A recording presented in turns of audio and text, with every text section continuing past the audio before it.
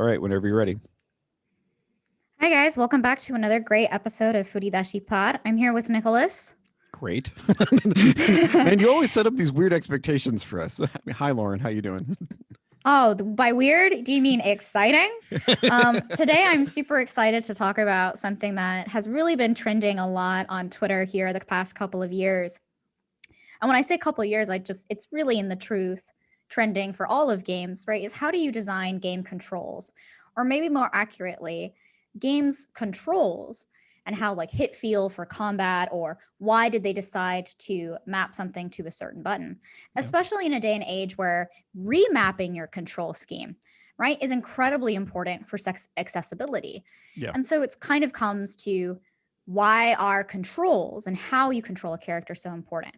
The thing for me that becomes really problematic, though, as a game designer, is when people look at things as how they are done, and that how something is done becomes why they do it in the games that they create. Yeah. Because how something and how you do something is totally different than why you should do it. Exactly. Yeah. So, Nicholas, do you want to take it from here and kind of some of the games that you've been playing? I think that we're a little bit older versus newer, and kind of let's talk about maybe kind of how those old games used to do it.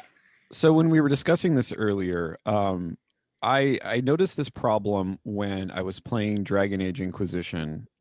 Lauren had given me homework. I had to play the Dragon Age games, and I did. I played them. I didn't play all of them. I played most of all of them. However, one thing that I noticed in Dragon Age Inquisition was that there was this perverse situation where, in order to make sort of the avatar's movement in the environment, in the volume, like more realistic. In other words, like when you're moving from from side to side, when you're strafing, if you're strafing in one direction and you want to strafe back in the other direction, you actually have to like slow down, turn around, and go in the other direction in much the same way that you actually would have to in real life. But the thing is, despite the fact that this was more realistic, it actually felt incredibly clunky to me, because what I'm used to as someone, I'm not a huge, I don't play a ton of third-person games like that. However, of the ones that I do play, I'm used to being able to essentially twitch back and forth very, very quickly. And that feels better to me than the sort of like, and then having to go the other way.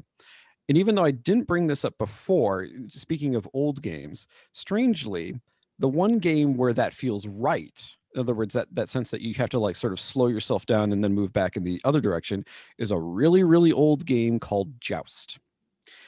However, the difference is that in Joust, that's like a primary aspect of how the game plays. Like you can't play the game unless you understand sort of like the basic physics of how you move through the screen and how the screen wraps around itself.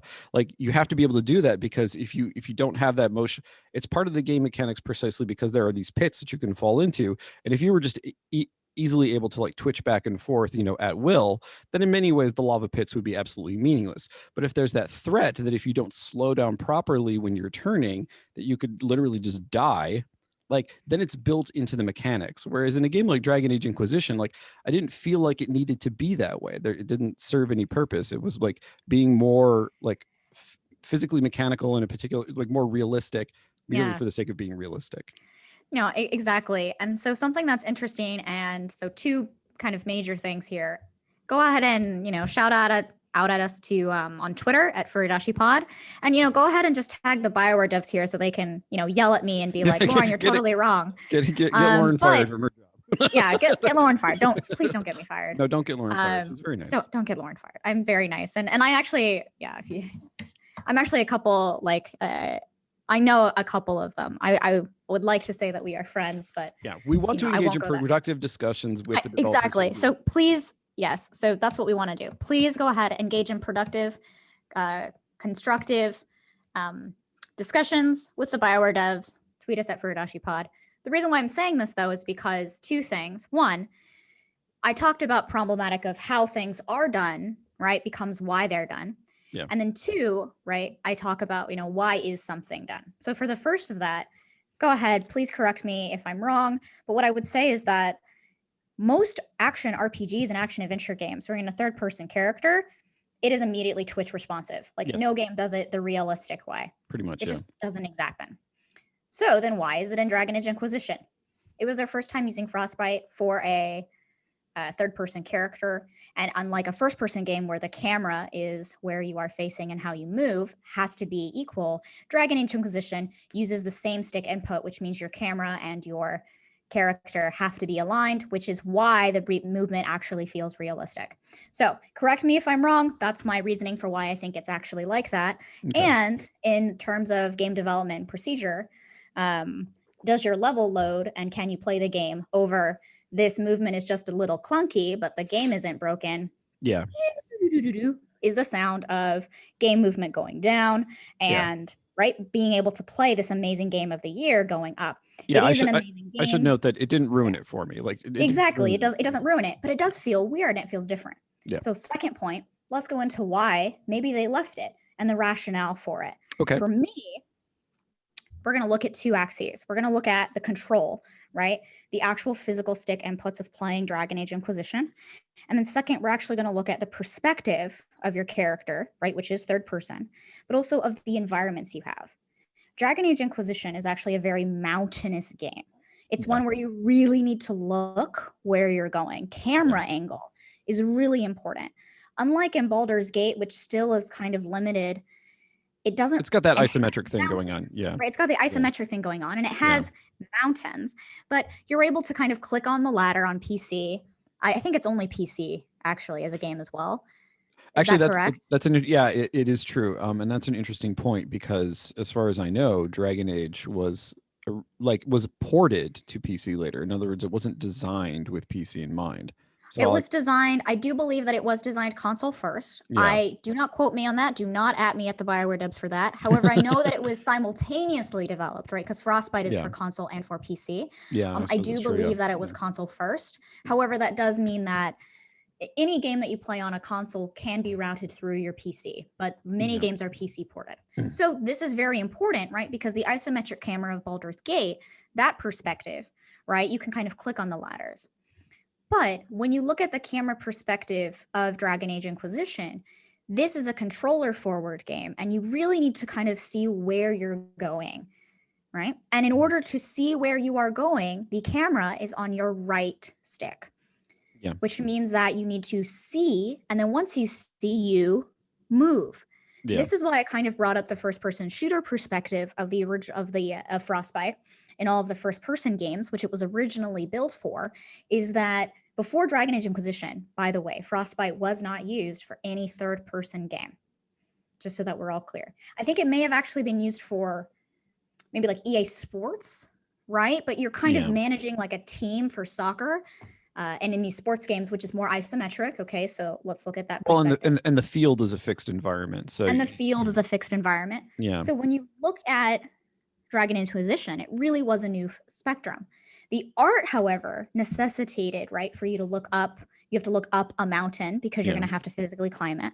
You have to look down because you have to find the path because despite being an open game, it is very linear like the real world, where you wouldn't just traipse up a mountain in San Francisco necessarily through people's houses and backyards in the real world. They would put collision there in Dragon Age Inquisition so that you can't just traipse. It also didn't have free climbing like in Assassin's Creed, right, etc.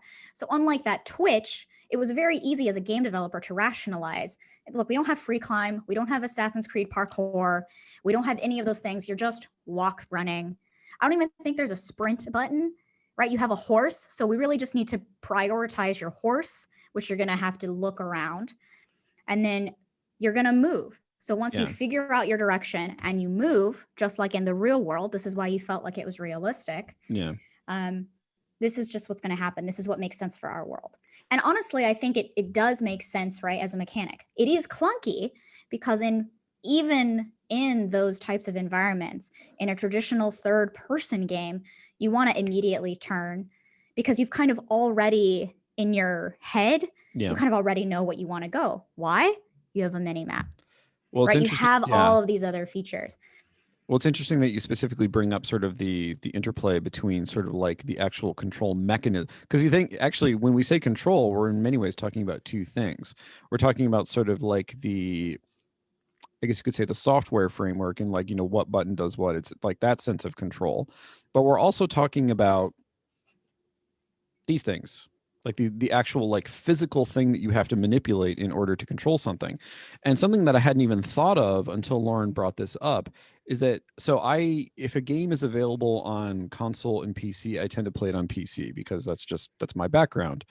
But one of the things that I didn't even realize I was doing in Dragon Age Inquisition, but now I realize I was doing, is I was playing it like a first person shooter, because there were all sorts of moments in which I would do the classic thing of, where you move your character right up to a corner, and then so in the PC version, it actually has sort of like the standard MMO camera controls, where you hold down your right mouse button and then you can freely move the camera around.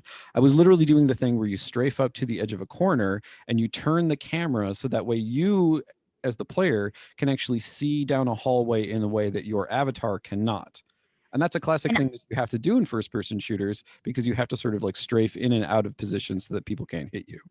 And me, as a absolutely terrible friend and co-host, did not tell Nicholas that Dragon Age's Inquisition is meant to be played on controller, because I'm Yeah. a failure.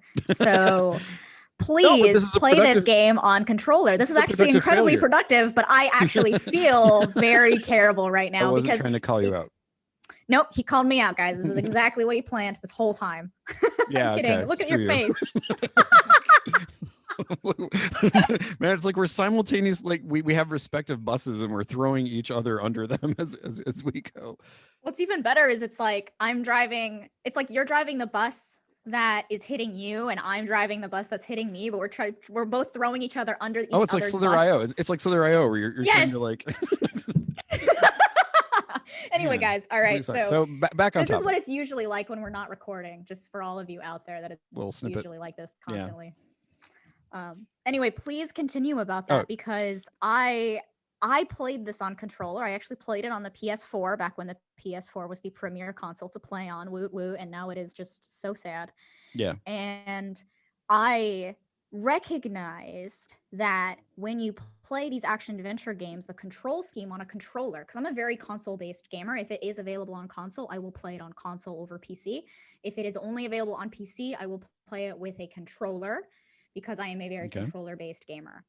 And what I've noticed, and I'm not sure if this is of any known indication or if this is just from hereditary of the genetics of how we've designed controllers since the eons of time ago. Yeah, the But batarang. left is always to move, right? And right is always to look, Yeah. right? And that's just mapped very easily, right, on the controller. And that's just kind of how it's been. Yeah, And with the I exception of games that actively play with that mechanic. A good example of this is the Katamari games, where they yep, completely like re-envision what the control sticks are for. yeah, exactly. And so other than that, the same kind of with tank movement, right, where you have the Yeah. two sticks Yep. and they're used for tank games. Excuse me, I had to cough there and had to go away. You're good. And I think that for me as a controller, right, I very much was like, okay, I use this and I look, and then I use this and I choose the direction. So I Yeah. could be looking right and I go left. And this is why my friends like to watch me play games, because I'm really good at the epic like horse riding into sunset, like pan your camera slowly movement. Like I'm Yeah. very, very good at that. That honestly, when you play on PC, you just don't really, you can get that for like a shot, but then as soon as you twitch your mouse, right, it flips all the way over to another Well, side. that's the thing, is that so in certain games, yes and no. In a game like Dragon Age Inquisition, yeah, because there is a snapback that you can't. I couldn't find a way to disable it. I actually wanted to disable it because I found it annoying. Because, and not annoying because it's a bad thing and by the devs were bad for doing it, but because of the expectations that I have for how a control system like that is supposed to work, which largely comes from playing MMOs. In MMOs, a lot of times you're not actually, so typically in a game, in a PC game, you're going to be moving using the WASD keys. That's the classic left-hand triangle. However, in a lot of MMOs, you can actually move entirely using just the buttons and the mouse. So for example, you can move forward just by holding down the right and left mouse buttons at the same time, and then you can freely move around by moving the mouse around. And the reason why that exists in those games is because your primary skills are activated using whatever keybinds you have.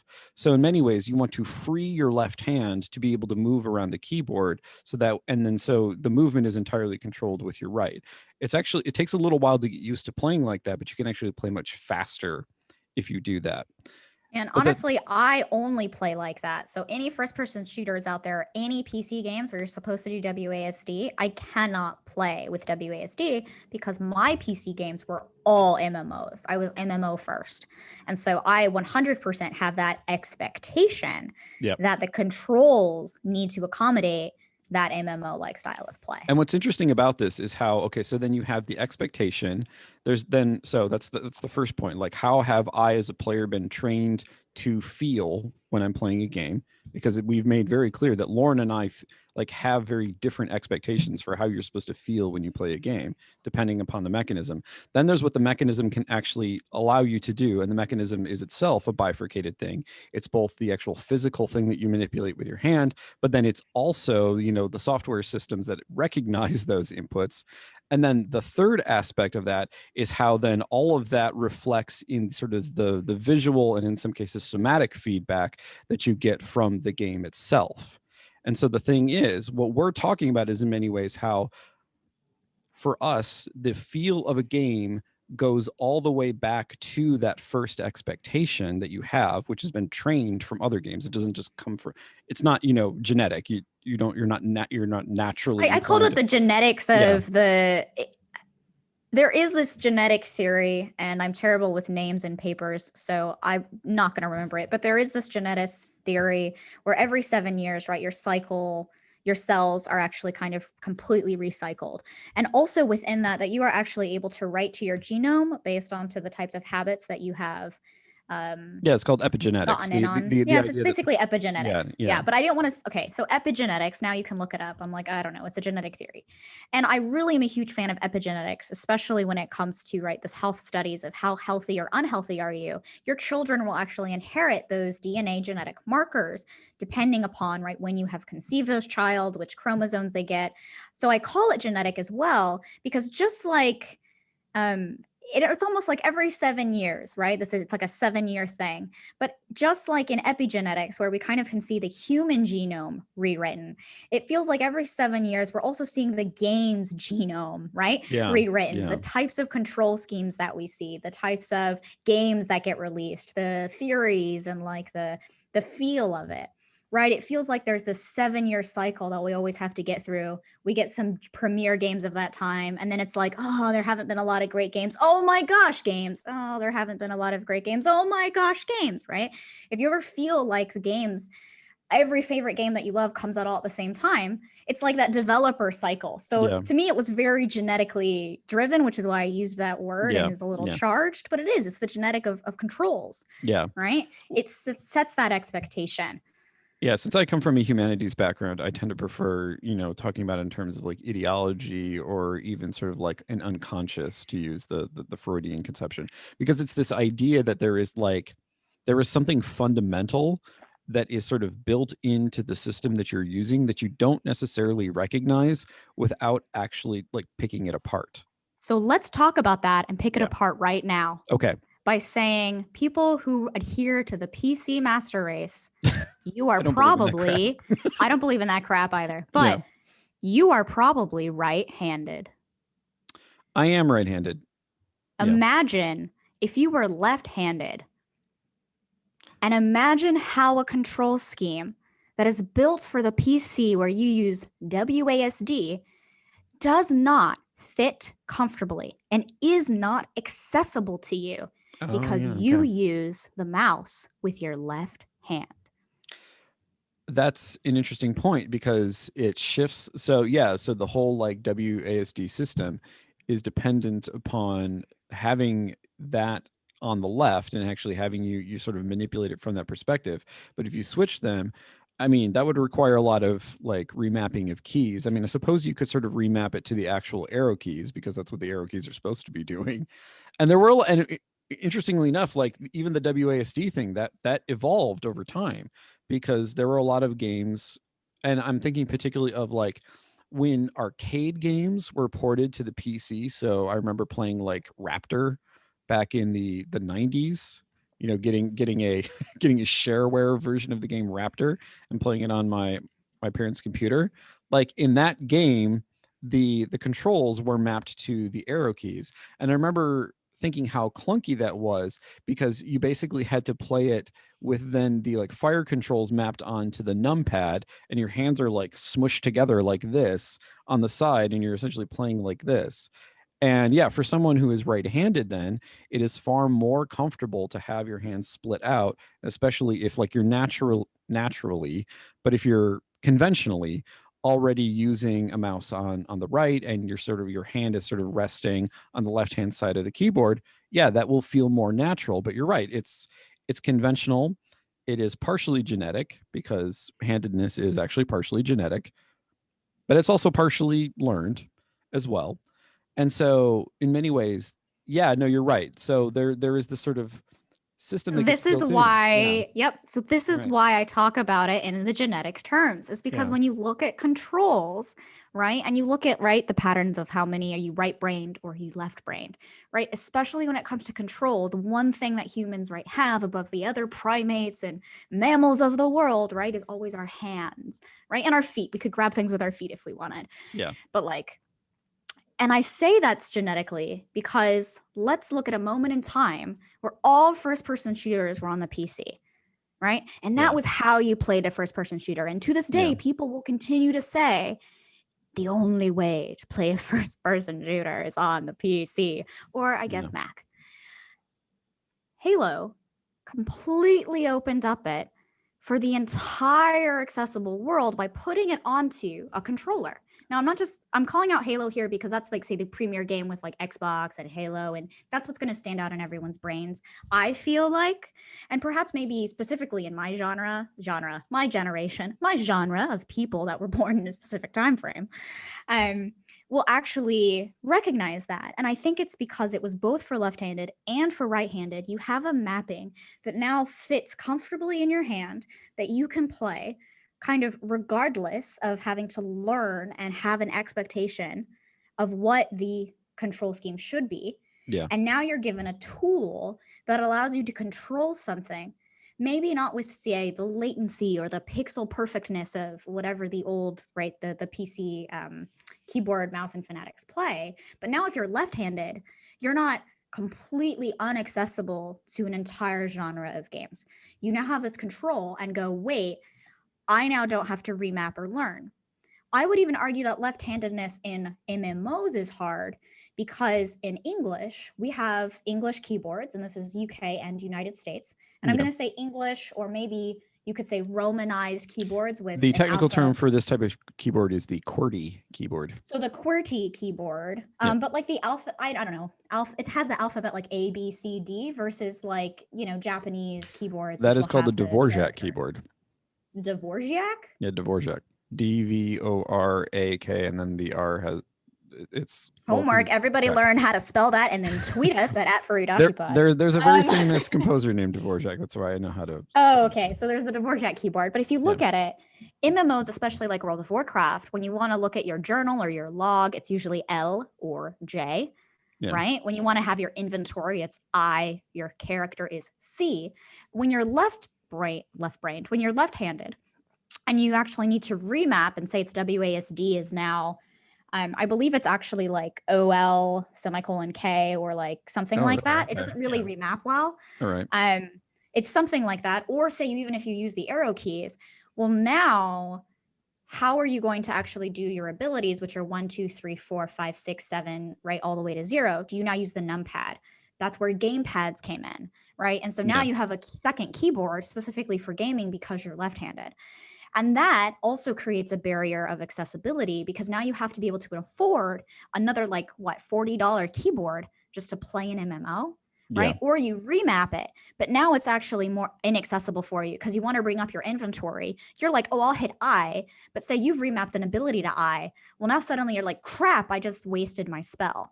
Yeah. And so controls, right, and the genetics of how we as humans interact with the real world are Yeah. directly related to how we map them to the game, right? Yeah. And this is why I get stuck on the problem so much of how people look at things have been done, right? Yeah. Yeah. Yeah. Yeah. How are the Exactly. controls have been done? Because that's all Yeah. genetic. That's something that we of the eons past, right? We're creating and designing games for, the eons past. But when Yeah. we look at our eons future, what is the genetic code of our future? Yeah. And then how are we designing the controls of those spaces, right? To what the game we want to make. What controls does it want, right? Yeah. Because I feel like there's been a lot of improvement that has been made over the years, especially in recent decades, when it comes to issues like color blindness, and when you're talking about sort of like visual accessibility questions. But I mean, even in thinking about these things, like I hadn't even thought about the question of handedness and how like that would be different with. And it's interesting. So like you it's weird how you then see sort of like these branching paths, because then sort of like the question of handedness might cause you to, or not cause you, but sort of like push you to favor a controller over mouse and keyboard. And then once you're there, like then those two like physical input systems already sort of imply different ways of sort of like manipulating things in the game. And then sort of then those branch, and then those branch. And so you have this very basic difference in sort of like humanity, human beings. And then that leads into all of these sort of accessibility issues. And the thing is, we're not even necessarily talking about like, because, even though left handed people are a minority amongst human beings, as far as I know, um, you're still talking about a very large, portion of the population. We're not even talking about things that are sort of like accessibility issues for people who are like Exactly. in extremely marginalized communities. No, exactly. And so this is why getting any sort of research or funding or kind of looking at the accessibility market, you could say, of game design is designing accessibility in games is so important, because if we haven't even addressed these issues for, say, the billions of left-handed people, Yeah. right? We have a ton of games now doing controller remapping that are trying to say, well, only 1% of our players will not have a left hand or a right hand, will be one-handed, right? Yeah. I mean, that's crazy, right? Yeah. One, we definitely need to design games for one-handed people, right? We need Yeah. controller remapping to make it accessible for them. But in our brains, our right-handed, systemic, categorically, empirically, conventional, traditional brains, we're Yeah. like, oh, everyone's right-handed. So why would it be any No, the different problem for is left-handed people? the problem is we're not even thinking that. Like, we're not Like, even thinking that. we're just Like, we're doing not it even without thinking. thinking Yeah. exactly. And that's where you went, oh, the humanities side. It's unconscious, Yeah. right?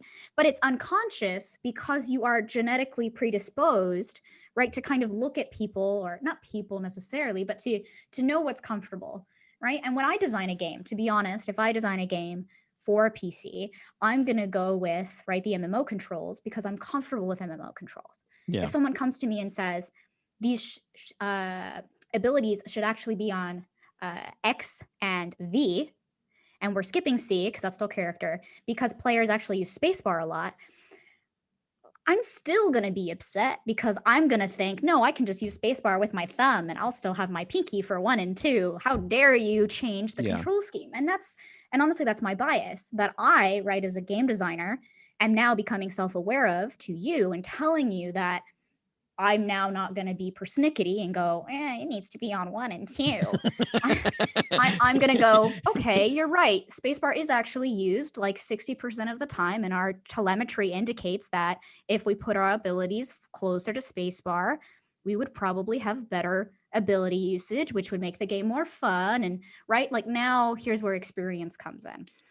And that's what's interesting, is because then you run up against so the thing is like and so let's use the example of someone who is left-handed.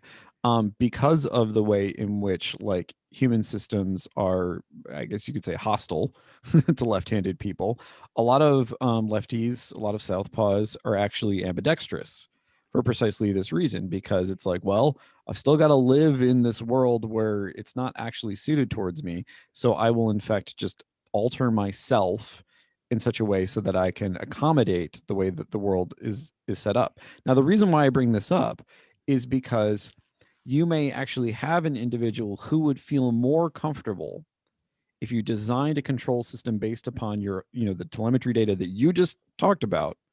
However, because they have now forcibly like taught themselves to behave in a different manner and to try and like figure out a way to use their, or sort of like overcome or sort of like shift their genetic predispositions to better conform to like the conventional way of doing things, they might actually abreact to something that is better suited to them, precisely because of the sort of the epigenetic problem, which is the way in which sort of experience has been like the sort of the your training, your discipline has been mapped onto certain like genetic presets, if you will.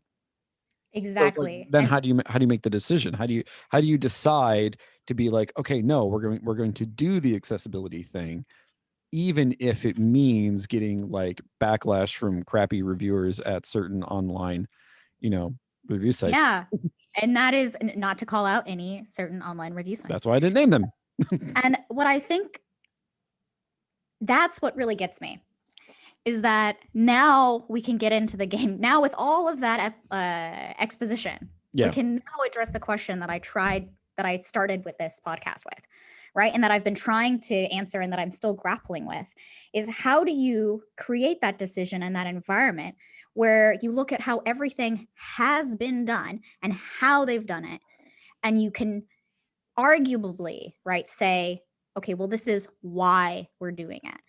You shouldn't make a first person shooter and go, well, in my ideal, you're not going to make a first person shooter and go, this is how movement's going to work. It's always going to be on a WASD. This is just always how movement has worked. So that's why we're doing it. No, that's not a reason why to do anything. That's how, right, you are accomplishing a goal, right? Why are you actually designing movement on WASD versus why did you not design it on the mouse? Are there players going to be playing with the controller? Are you designing controller movement, right, correct for that? When I talk about controller movement, just for everyone here, I'm not suggesting we should move it from like camera's not going to be right stick and then you move with left, because I feel like even I am now having that internal bias of like, oh, I don't want to change the way you move on a controller. That's weird. But I will say that sprint is a very common thing that people argue about in game designs all the time. Same as jump. Does our game need jump? That's a super big argument we could talk for hours about. Yes, your Does game our needs game jump. Yes, it does. exactly? It always needs jump. But do you actually need jump? I have designed games without jump, and Should have had jump. It's yeah, one should of have the had reasons jump. But why why? Right? every game that you've ever designed that didn't have jump is a failure. I'm just going to say it unequivocally. Thanks, Nicholas. Well, There's yeah, my career. No, I'm kidding. We yeah. had This goes back to us throwing each other under the bus. yeah. I'll stop it. Sorry. But so jump is one. Yeah. Sprint is another one. Should Yeah. sprint be on L3 or R2? And it really then right now, if you play shooters, you're like, of course it's L3. If For you the play PC Persona Master 5, Race, that's shift. Sprints are usually on shift. oh, sprint is usually on shift. Unless you Yeah, remap it. I have no idea. I have to keep remembering that it's shift. For controllers, right, and R2, also known as right trigger, here we go, right back to the Halo thing. Yeah. Because it's called a trigger on Halo for shooters. You're going, there's no way I would put sprint on R2 if you play a shooter, because you're thinking, that's what I shoot with. But if you're playing more of an action RPG sort of game experience where you don't really use R2 for shooting, and to make it more accessible, L3 is usually like a third eye or eagle vision. Yeah. You would put sprint on R2. Why? Because you're usually always running in a straight direction and you need to be able to turn with your run. And so R2, turning your camera, you see, they're kind of matched together, and then you can do whatever you need to with R1, Yeah. or it just kind of free floats. Or I claw, by the way, as a control scheme. Yeah. Because I am, I guess, You're a crab. genetically, Because you're a crab. because I'm a crab. But some people cannot and can only use these two fingers. And so that means they have to switch. So then you I do have that, to actually. recognize, right? Can you switch? Can you claw? I used to Yeah, I do don't fighting claw. games, so I think that's why I can claw. But because you kind of have to if you're going to be competitive. Yeah. Not like I was competitive Just disclaimer there. Kind of have to do to be competitive because I was the greatest. I'm absolutely terrible, Sunny. If you're out there, you can kick my ass anytime. Yeah. But yeah, so I do it this way, and I'm kind of showing you physically in the YouTube video and the podcast. You can go ahead and check out our video on YouTube. But if you're a gamer, you kind of know what claw means, which just means you use your 3 first fingers. So your thumb, your index finger, and your birdie finger, also known as the middle finger. Yeah. And you can use those 3. And so I went on a tangent there, but it's important to kind of understand, right, that something as simple as running or sprinting, something as simple as jumping, right, is not actually that simple. And game developers as companies, right, we need to have these arguments of why do you have jump, right? Why do we have sprint? Because that helps us understand why we would put it on shift. Or even better, right, why maybe instead of it being on shift, we put it on caps lock. That's weird. I guess. I don't know. I don't play on PC. I don't know what caps lock usually is. Well, caps lock is problematic precisely because if it's a game that you also have to like type to communicate in, then that creates problems. There we go. Then it creates problems because now you're always in caps lock. Okay, but I'll use a different example of one that people find perfectly acceptable, which is sort of like the classic like numlock problem. And this was true especially of like older PC games where strangely enough, sometimes you could either use sort of the numpad for the arrow keys, because like if you look at your own keyboard, in fact, and you see the numpad, you may notice that 4, 8, 6, and 1 all have arrows on them as well. And it's precisely because of this. It's precisely because you could historically use the numpad as a directional system. And it was especially commonly used in games in which you needed to be able to move diagonally, because then 7, which you'll notice is sort of sandwiched between 4 and 8, 7 then becomes diagonal in the combination of those 2 directions. 9 becomes diagonal in the combination of 8 and 6, and then 1 and 3, etc. However, that only worked so long as you had numlock off. And so it meant that every time you would go into a game, you'd have to turn numlock off. And that always frustrated my parents because they would always use the numpad as essentially like a calculator. And then, which is what I use it for. As a game designer, I was exactly. Like, oh God. And so then they would be, they would be using, I don't know, say like, Lotus 1, 2, 3, or doing an Excel spreadsheet and trying to input numbers, and it would be shifting between cells in the spreadsheet, and they're like, what the hell's going on? And I would like sneak into the room and very sheepishly hit the numlock button because I had to turn it off. And so it's things like that where it actually creates a problem, and that system isn't really used anymore, but it sort of is demonstrative of a lack of thinking about sort of like the way the physical input gets used in a number of different ways. That's not even necessarily an accessibility question. It's just a question of like, this software program, which is not a game, uses the input system in one way. This software program, which is a game, uses the input system in a completely different way. And you have 2 people in the same household who are going to use it, or maybe even the same person who's using the same input system for those 2 things. And they might screw one or the other over as a result of sort of like this constraint that is imposed by someone who didn't think about that. Yeah. And so let's look at this example even a little bit more, say, personal or localized to a console as well. And we're going to talk about the Sony PlayStation experience, whether you're on a PS3, PS4, or PS5. I'm namely going to talk about the PS4 because I don't have a PS5, and the PS3 didn't have the trackpad. It did have buttons similar to it, but the PS4 is more recent. And we're going to actually continue with what he's saying here, right? Where this software program uses this type of numlock, right? And this other software program, my game, needed the directions. We're going to talk about Sony titles in general, right? So Ghost of Tsushima, Spider-Man, Miles Morales, right? Anything coming out of a Sony studio project, right, is going to be built for the Sony controller, right? So they're going to feel better on a Sony controller because that is literally all they're developing on. Yeah. Now let's look at a game that I actually really enjoy, but can no longer play on my PlayStation because of the updates, is Genshin Impact, also known as Breath of the Waifus. You're really fond of that. I am never going to stop calling it that until I see it on a t-shirt. And so when I'm playing Breath of the Waifus, in order to get to my map, I have to hit L1 and also do right stick down and then release the right stick while holding L1 to bring up the map. I'm pretty sure that's how you do a dragon punch. I'm also pretty sure that's how you do a dragon punch. So anyway, so I am memorizing these, fighting combos, and I'm what is actually going on? Yeah. Dragon punch, map opens up. Yeah. And Genshin Impact, right, is not a Sony studio, which is why, so their software, right, Genshin Impact, I think Mihuyo? I think it's Mihuyo, and it stands for something. Okay. And this company is actually, right, is deving for consoles, but is also deving for the PC. So however you actually open that up in the PC, it totally makes sense to have the 2 button inputs because it's a radial wheel, like in Skyrim. So you're going to have one, and then you're going to just click your map, right? Yeah. But in console, you don't have that. So what they decided is, well, if the right stick is cursor, then you'll just deflect because you'll click the map. And you can tell that it was kind of ported to console. Yeah. So we talked about some Dragon Age Inquisition, right, being ported to PC. Yeah. Now we're talking about Genshin Impact, a PC game being ported to console. Contrast that to every single other console first game, particularly ones done by Sony Studios, but even Assassin's Creed, Cyberpunk, any game using the freaking PS4 controller, map is trackpad. Just click on it.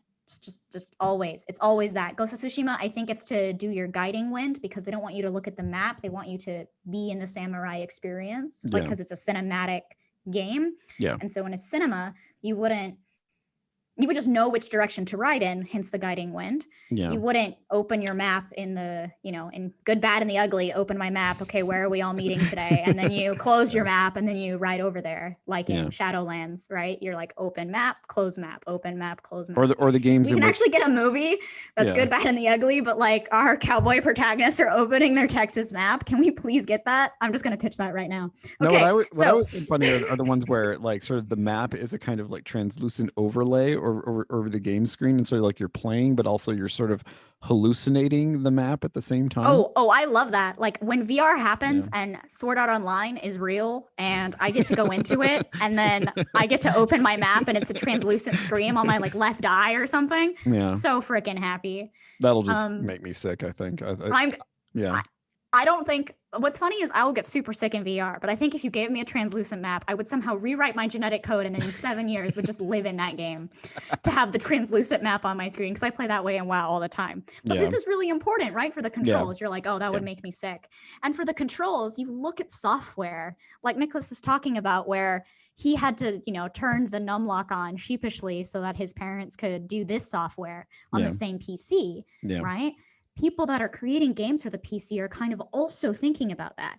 The same is with the console. These Sony studios can create amazingly good control schemes, amazingly good hit feel, amazingly good, say, in a lot of things, or have resources put to other aspects of a game, like its cinematics or its storytelling, or maybe even like Ghost of Tsushima, where it can go into skills, it can go into all these other mechanics, because they don't have to worry about the controls. And I think that's what's really, really important about Sony Studios. And now you're seeing it also with the Star Wars, Lucasfilms just came out with Lucasfilm Game or something, and it's the Star Wars games studio marketing, right? Is that they're understanding now. Maybe they're just doing it for marketing. Maybe they really are just doing it because Sony was like, hey, we have studios now. But Sony recognized that by limiting, right, their developers specifically to the controls, that now they control how the developers think about what they need to do with the game. That's and eerie. As soon as it is eerie. Yeah. And as soon as another game comes out on the PlayStation, right, and does something really cool with its controls, say Assassin's Creed, Eagle Vision, way back when, every game has some sort of geo-locating, right, thing on the bottom D-pad, right? Yeah. Or if it's not bottom D-pad because they have to use that for something, then they put it onto, right, LS, or LS is left stick, sorry about that. Or a right stick, which is RS, or R3, I think is how it is in Sony's mapping. Because it's R1, 2, 3. And then there's going to be a 4 where you shake it. I hate that. I So but, the thing, okay, go ahead. Just to wrap this up really quickly. Yeah.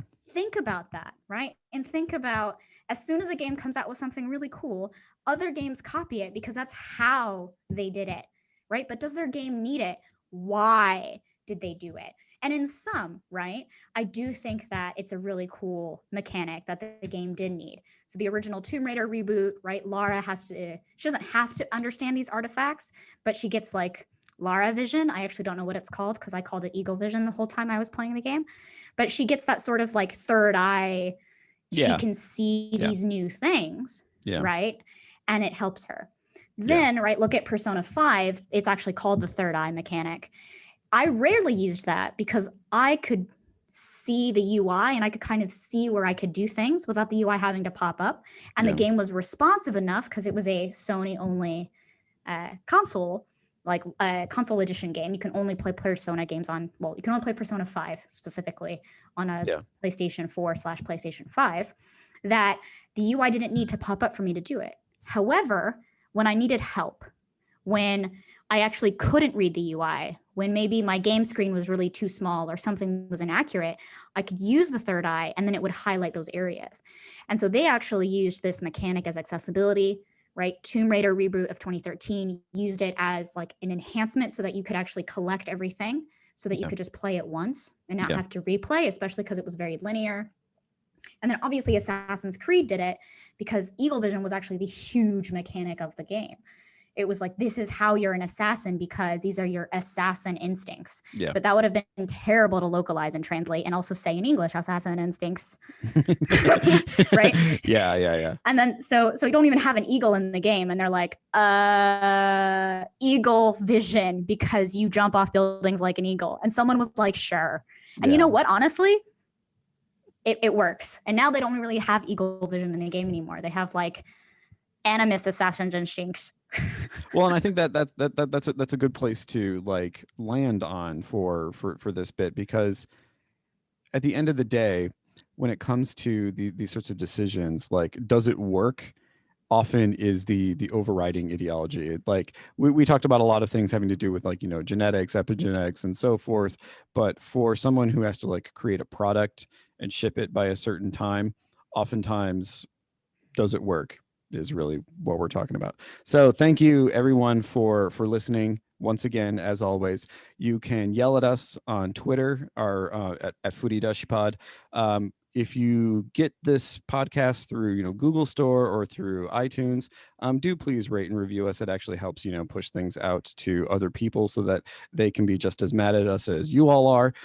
Yell at us on Twitter, yell at us in the comments if you're watching the YouTube video, and we will be back probably with a lot more of this conversation because it's a really good one at a later date. But until then, stay safe, take care of yourselves, and do your homework. Bye.